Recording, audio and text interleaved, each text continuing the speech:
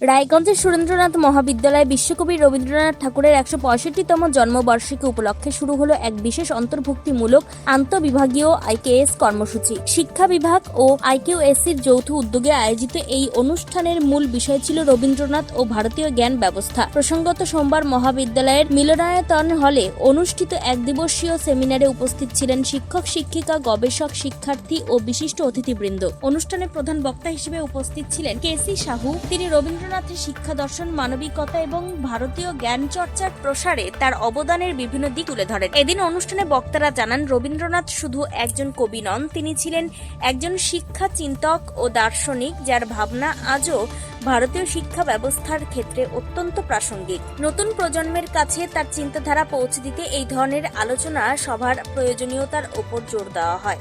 এদিন এই বিষয়ে চন্দন রায়, অধ্যক্ষ, রায়গঞ্জ সুরেন্দ্রনাথ মহাবিদ্যালয়, কি বলছেন শুনবো।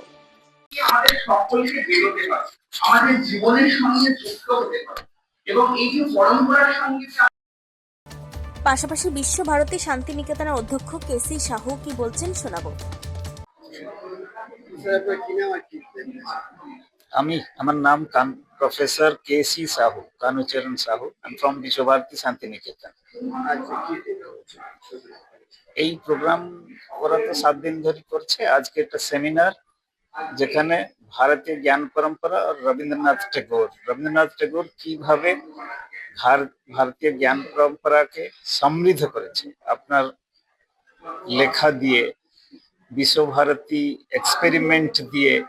বিশ্বভারতীর দুটো ক্যাম্পাস আছে, শান্তিনিকেতন আর শ্রীনিকেতন। যেটা শান্তিনিকেতনে বেসিক্যালি স্কুল সেকশন আছে, অন্য ডিপার্টমেন্ট গুলো ইউনিভার্সিটি ডিপার্টমেন্ট আছে। আর শ্রীনিকেতন এগ্রিকালচার অ্যান্ড ক্রাফট, যেটাকে শিল্প সদন বেসিক্যালি বলে, ওখানে ও চেষ্টা করেছে যে ভারতীয় গ্রাম্য সভ্যতা, গ্রামের যে প্রফেশনাল ক্রাফট গুলো আছে, যেটা হাজার বর্ষ ধরে চলে আসছে, সেটাকে বর্তমান পরিপ্রেক্ষিতে কিভাবে আমরা ইউটিলাইজ করে ভারত স্টুডেন্টকে একটা এনগেজমেন্ট, ইনকামের রাস্তা দেখাবো, সাথে সাথে একটা ভারতীয় পরম্পরা কন্টিনিউ করবে। যেটা বেসিক্যালি ये जो মেকানাইজেশন, মেশিন দিয়ে, ফ্যাক্টরি দিয়ে যে জিনিসগুলো করা হয়, সেটা একটা ব্যতিক্রম, যেটা আমার কালচারের সাথে যায় না, তাই না? আমার ভারতীয় পরম্পরা যে একটা, আর রবীন্দ্রনাথ আপনি জানেন যে এটা ন্যাচুরালিজম, প্রকৃতিকে ভালোবাসে খুব ভালো। মানুষের প্রকৃতির সাথে কি সম্পর্ক, কিভাবে সম্পর্কটাকে মেনটেন করলে মানুষের ভালো হবে, দুনিয়ার ভালো হবে, সারা পৃথিবীর ভালো হবে। যে আমি ভালো হয়ে যাব, অন্যরা হবে না, এটা কি কোথায় থেকে আসছে? আমরা যখন ইন্ডাস্ট্রি বা মেকানাইজেশন, মেশিনকে অ্যাপ্লাই করে দিচ্ছে, মানুষকে নেগলেক্ট করে, ওইখানে একটা ভেদ সৃষ্টি হচ্ছে, ওইখানে একটা মানে কি বলবো, এটা ন্যাচারাল লাইফ ব্রেক হচ্ছে। রবীন্দ্রনাথ বিশ্বভারতীতে ওই এক্সপেরিমেন্টটা করতে গিয়েছিলেন, এন্ড আমার মনে হয় ও অনেকভাবে সফল হয়েছে ওই এক্সপেরিমেন্টটা করে। ছাত্রছাত্রী এখন আমার যে জাতীয় শিক্ষানীতি এসেছে, ওইটারে যে লাইফ স্কিল কথা বলছে, ক্রাফট সেন্টার কথা বলছে, ভারতীয় সংস্কৃতি আর পরম্পরা কথা বলছে, রবীন্দ্রনাথ সেই সবগুলোর উপরে অলরেডি 100 বছর আগে এক্সপেরিমেন্ট করে গেছে।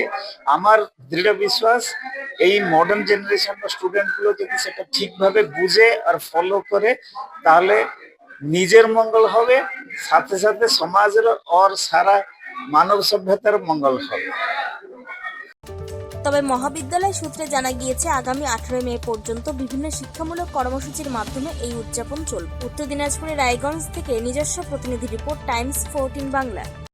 মুখের উজ্জ্বলতা হারিয়ে গেছে, স্পট পড়ে গেছে, ব্রণ ভর্তি, তাই আর দেরি না করে আজই আসুন রায়গঞ্জের চণ্ডীতলায় হেলথ প্লাস মাল্টি স্পেশালিটি ক্লিনিকে এবং এখানে পান অভিজ্ঞ ডাক্তার দ্বারা ফ্রি স্কিন টেস্ট।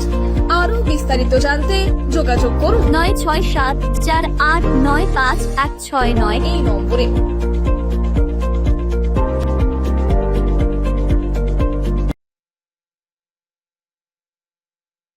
আজ তোমার सजलो नो तू सजे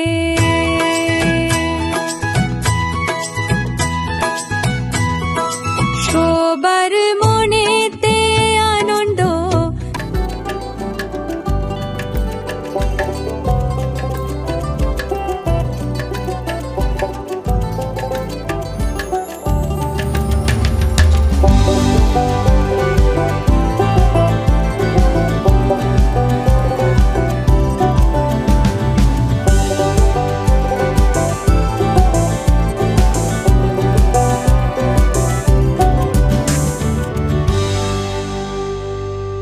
আরো নিত্য নতুন ভিডিও পেতে এবং তথ্য জানতে আমাদের ফেসবুক পেজকে লাইক ও ফলো করে রাখুন। সেই সঙ্গে টাইমস 14 বাংলার ইউটিউব চ্যানেলকে সাবস্ক্রাইব করতে ভুলবেন না।